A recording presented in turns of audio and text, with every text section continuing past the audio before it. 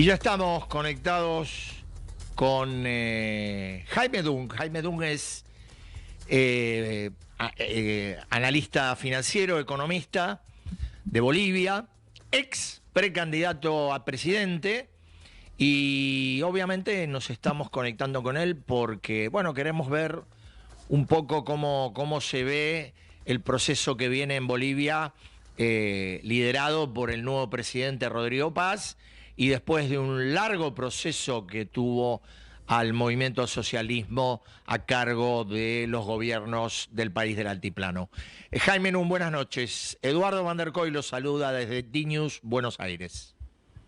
Muy buenas noches, Eduardo. Muchísimas gracias por la invitación. Un gusto estar en tu programa.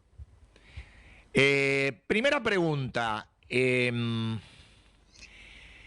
¿Cómo caracterizaría usted en términos precisamente económicos, ideológicos económicos, la llegada de Rodrigo Paz, teniendo en cuenta que tenía como contrincante un empresario no demasiado alejado de las ideas, ¿no? Bueno, así es. Rodrigo Paz viene con el Partido Demócrata Cristiano. Estuvo en competencia en el balotaje con Jorge Tuto Quiroga. Y desde el punto de vista ideológico, yo te lo diría de la siguiente manera. Jorge Quiroga, más de una centro derecha, un liberal más conservador. Y el programa, si lo vemos, el programa oficial inscrito en el órgano electoral plurinacional de Bolivia, se puede ver un PDC con Rodrigo Paz, que representa en realidad un centro izquierda de alguna manera, una socialdemocracia con raíces en la democracia cristiana, ¿no? Ideológicamente no es que estamos con una derecha liberal, sino estamos más con un centro izquierda, que es lo que representa Rodrigo Paz. O sea que nosotros podríamos decir, y usted entienda desde qué óptica lo digo yo, en la Argentina, donde hay una polarización muy pronunciada, podríamos decir que la sociedad boliviana frente a la opción tomó un camino del medio. Así es, ante la opción tomó un camino del medio. Es más, hay mucha gente, por supuesto, muy descontenta. El resultado que se ha tenido a la fecha ya hemos tenido las elecciones, están empezando a surgir cuestionamientos de fraude. El mismo Partido Libre de Tuto Quiroga tiene que hacer pronunciamientos directamente al respecto. Pero hay una situación donde también se acusa mucho de que a través del Partido Demócrata Cristiano algunas figuras del mismo movimiento al socialismo se habrían reincorporado a través de esta sigla. Y por supuesto eso sí tiene algunas personas con una especie de preocupación. Pero eso no modifica nada de lo que se ha consagrado hasta ahora, digo, en términos político-electorales. Lo que está. Yo creo que sí, lo que está, más que todo por la diferencia de casi 10 puntos porcentuales entre Rodrigo Paz y Tuto Quiroga.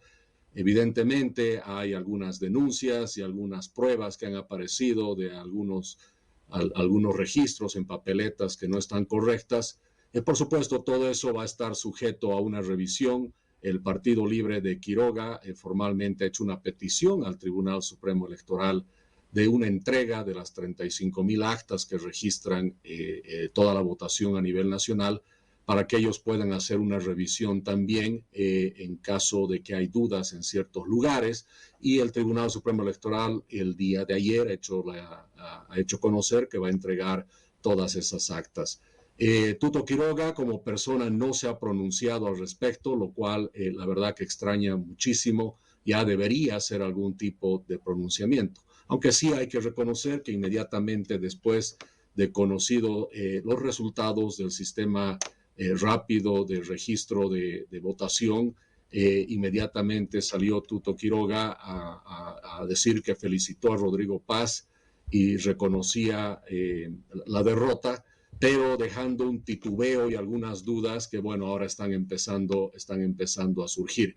Pero, insisto, estadísticamente, por lo menos, la diferencia es tan amplia que cualquier cosa que se pueda determinar, pues parece que consolida más bien el triunfo de Rodrigo Paz, le guste o no les guste a muchas personas, parece que ese es el caso. Pero, por supuesto, está todavía la apertura hecha para que se pueda hacer algún tipo de reclamo. Ya han cerrado prácticamente el conteo a nivel nacional, si no me equivoco, supera ya el 95 y algo por ciento oficial, y hasta ahora no ha habido ninguna impugnación por parte del partido de Tuto Quiroga.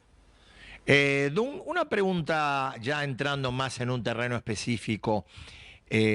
Todos conocemos, o por lo menos los que estamos vinculados al mundo de la información, las dificultades económicas de Bolivia, cómo ha llegado el final del gobierno de Arce. Desde su mirada, ¿cuáles serían las urgencias, las prioridades de la economía boliviana en un primer tramo de la recomposición que necesita el país? Bueno, primero, Eduardo, yo te diría que hay que ver el problema económico de Bolivia, que tiene que venir una solución en 3 etapas. La primera etapa, la más urgente, es básicamente como que se está incendiando la casa llamada Bolivia, y el problema principal es la falta de combustibles.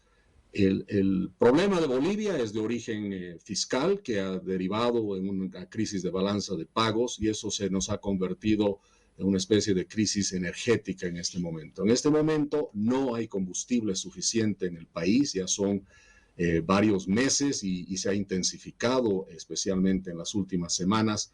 Estamos en una situación tan compleja que básicamente, por ejemplo, en el tema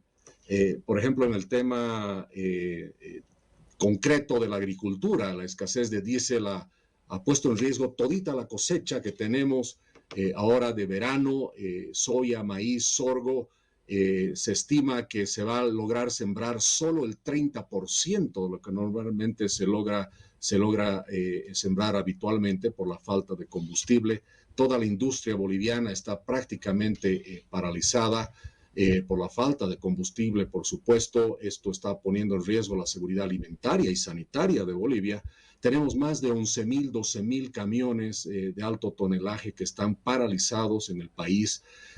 8 de cada 10 camiones están haciendo cola en algún momento en Bolivia, y eso obviamente ha hecho que toda la economía entre en una crisis total y absoluta y un colapso que cada día se siente con más fuerza. El mismo transporte público también está colapsando en las ciudades como La Paz, Santa Cruz, Cochabamba, y eso está profundizando no solamente la crisis en el ámbito de la industria y la agroindustria, sino también se está profundizando una especie de crisis social. Obviamente la gente ya no aguanta más.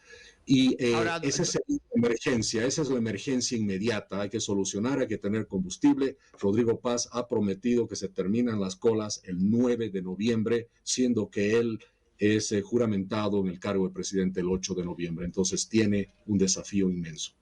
ahora, Dun, usted hace una descripción que, bueno, verdaderamente remite a pensar que debería haber un grado de ebullición o efervescencia social muy grande. Yo no sé si la hay, no sé si, por lo menos nosotros no estamos informados, si hay protestas callejeras o manifestaciones callejeras, o si la reciente victoria de Rodrigo Paz todavía, bueno, mantiene ese grado de expectativa, de calma dentro del país. Bueno, yo te diría, no necesariamente el triunfo de Rodrigo Paz. El hecho de que teníamos el proceso electoral ha hecho de que la gente no salga a protestar y contenga toda esa situación de inestabilidad política y social, la contengan y la aguanten de alguna manera. ¿Y por qué te digo eso? Porque se manifestaron varios sectores esperando de que sea el resultado de las elecciones lo que solucione el problema. Como Bolivia ha tenido balotaje por primera vez en su historia, Y además es un balotaje muy diferente a muchos países en el tema de tiempos. ¿A qué me refiero? Hemos tenido una elección, una primera vuelta, donde queda el binomio para el balotaje, y se ha dejado un tiempo extraordinariamente largo entre agosto y unos pocos días atrás para que se lleve a cabo esta segunda vuelta, ¿no? Dejando el periodo de transición para el gobierno de apenas más o menos 3 semanas. Es así, demasiado largo la espera, pero sí una espera que ha ayudado a que justamente la gente no proteste. Los grupos gremialistas, magisterio, sindicatos, etcétera, etcétera, manifestaron que iban a esperar justamente los resultados antes de tomar algún tipo de acción. Pero sí, comentarte, Eduardo, que en las últimas 72 horas, grupos de transporte pesado, transportistas, sindicatos, maestros y la misma izquierda boliviana, a través de varios sindicatos, también ha manifestado que no van a permitir ningún tipo de cambio importante, como la eliminación de la subvención de los hidrocarburos en Bolivia, que es prácticamente la mitad del problema que tiene la economía boliviana. Es la subvención a los hidrocarburos, que llegan a 5% más o menos del Producto Interno Bruto. No van a permitir un ajuste en el tipo de cambio. Hoy en día ya tenemos un mercado paralelo con una devaluación en el mercado paralelo de cerca del 80%. Y el tipo de cambio oficial sigue alrededor del 7, cuando en el mercado paralelo estamos cerca de 12,5, 13. Entonces ha habido advertencias que no van a permitir ningún tipo de ajuste, y por supuesto todo anuncia a que el gobierno tiene que empezar ya, a pesar de que no está en funciones 100%, tiene que empezar a trabajar en consensuar con la calle y por supuesto con la Asamblea Plurinacional, porque Rodrigo Paz no tiene la mayoría simple siquiera, ni en diputados ni en senadores, y es necesario trabajar con todas las fuerzas políticas y fuerzas sociales. La última, Jaime, ¿qué rol le atribuye usted a futuro tanto del presidente Luis Arce como de Evo Morales? Bueno, una de las cosas que que de alguna manera ha ayudado a la derrota del movimiento al socialismo ha sido el hecho de que ambos han perdido un rol preponderante en la economía nacional, en la política nacional, por los efectos del desastre económico que están dejando. Recuerda que el movimiento al socialismo llegó a tener mucho poder en Bolivia porque vendía esta ilusión de que había una estabilidad económica y un boom que nunca se iba a acabar, y era básicamente los precios internacionales de los commodities, especialmente las exportaciones de gas, justamente gas natural a la Argentina y al Brasil. Se acabó el mercado de la Argentina, apareció vaca muerta. Eso fue un golpe tremendo para la economía nacional en su momento. Y por supuesto el colapso de la producción gasífera de Bolivia, de significar una renta petrolera hidrocarburífera de más de $5.500 millones para que la economía boliviana funcione, era algo maravilloso. A debajo de los 2.500 millones, pues ha hecho de que nos quedemos con un país de altísimo gasto público y de pocos ingresos. Eso se ha identificado directamente como obra y fracaso no solamente de Evo, sino de su ministro de Economía, que en su momento era Luis Arce. Lo que vemos hoy en día es un movimiento al socialismo totalmente reducido, ha sido desplazado de la política nacional como partido político, pero sin embargo yo quiero decir algo que lo digo mucho en Bolivia. Se habrá logrado derrotar al movimiento al socialismo, pero tengo mis dudas que el socialismo haya sido derrotado. Jaime Dú, muchísimas gracias por haber estado esta noche en Datos de DNews. Ya nos vamos a volver a encontrar. Muchísimas gracias. Buenas noches. A ti las gracias, Eduardo, y muy buenas noches. Bueno, y acá llega al fin la edición de Datos de hoy. Nosotros volvemos, como siempre, el miércoles próximo a las 21. Buenas noches y gracias a todos.